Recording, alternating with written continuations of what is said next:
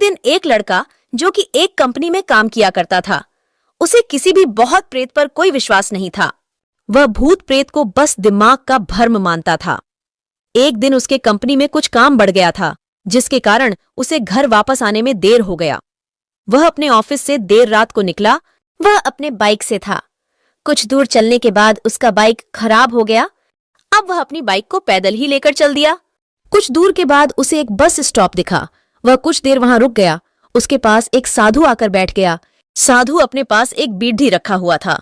वह अजीब तरीके से उसे पी रहा था। उस लड़के की एक आदत थी कि वह किसी से भी बात करना शुरू कर देता था। वह इस साधु से भी बात करने लगा। बात ही बात में इस लड़के ने कहा, बाबा, मैं किसी भी भूत प्रेत को नहीं मानता हूँ, बस सब झूठी बातें हैं। साधु ने कहा, तुम भले ही भूत प्रेत को मानो या फिर न मानो, लेकिन तुम यह न कहो कि भूत प्रेत नहीं होते हैं। यह सब कुछ होते हैं। इस पर उस लड़के को थोड़ी सी हंसी आ गई। उसने कहा, भूत होते हैं तो क्यों हमें नहीं दिखते हैं? क्या आप मुझे अभी कोई भूत दिखा सकते हैं? साधु को लग गया कि अब इसे जरूर ही भूत दिखाना होगा। साधु ने लड़के को श्मशान घाट की ओर चलने को कहा। फिर क्या था, वह दोनों चल दिए। रास्ते में उस लड़के को थोड़ा डर लगने लगा, फिर भी वह अपने डर को कम करके आगे बढ़ते जा रहा था। कुछ देर के बाद वह श्मशान घाट पहुंच गए।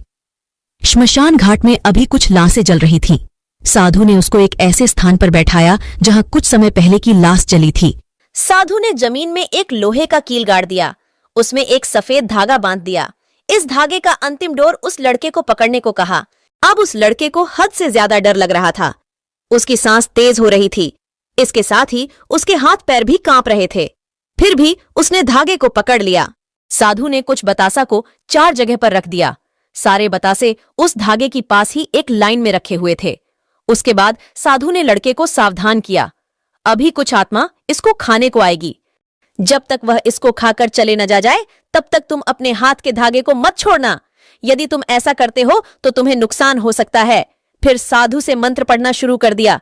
कुछ मंत्र पढ़ने के बाद साधु ने उस लड़के को आंख बंद करने को कहा। फिर कुछ देर के बाद ही आंख खोलने को कहा।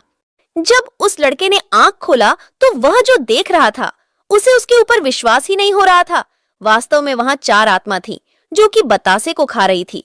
लेकिन जब उसने यह देखा कि उसके पड़ोस में रहने वाले व्यक्ति की आत्मा भी वहां है, जो कि कुछ दिन पहले ही मर गए थे, तो उसके हाथ से धागा छूट गया। अब वहां पर वह साधु भी नहीं था।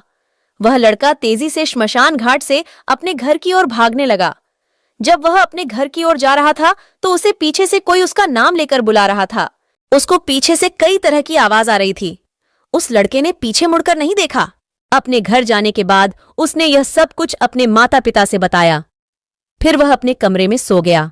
अगले दिन उसकी आंख उसी श्मशान घाट में खुली और उसी स्थान पर जहां पर उसने आत्मा को देखा हुआ था। इसके बाद वह दिमागी तौर पर बीमार रहने लगा।